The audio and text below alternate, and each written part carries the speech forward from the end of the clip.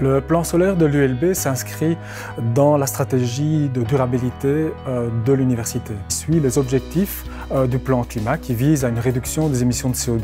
Dans la gestion immobilière, il s'agit d'améliorer progressivement l'efficience énergétique des infrastructures et des activités de l'université et par ailleurs de développer les énergies renouvelables.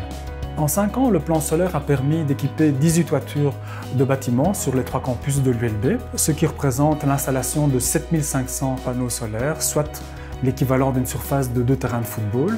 L'ensemble des installations photovoltaïques de l'ULB produisent 2 200 000 kWh d'électricité par an, ce qui représente à peu près 10% de toute la consommation électrique des 3 campus bruxellois, l'équivalent de la consommation de 1100 ménages, ce qui permet aussi de réduire l'émission de CO2 de l'ordre de 870 tonnes par an. Et par ailleurs, pour l'université, c'est un allègement de facture de l'ordre de 750 000 € avec le prix actuel en 2023.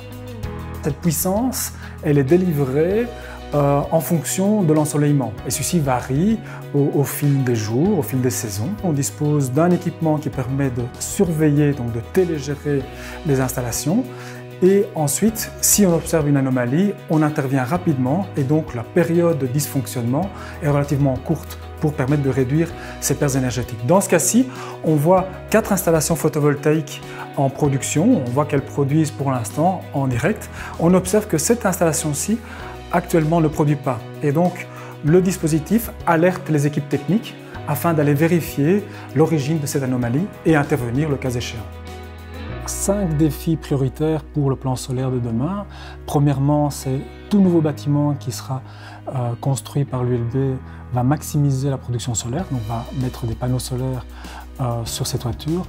Deuxièmement, c'est de rénover les toitures pour rendre disponibles d'autres toitures pour l'équipement de panneaux solaires. Une autre piste qui est étudiée, c'est d'intégrer des panneaux solaires en façade, en tout cas les façades orientées sud. Une autre action qui se fait, c'est de réduire les consommations d'énergie, parce que qui dit réduction de consommation d'énergie augmente la couverture solaire par rapport au fait qu'on consomme moins d'énergie.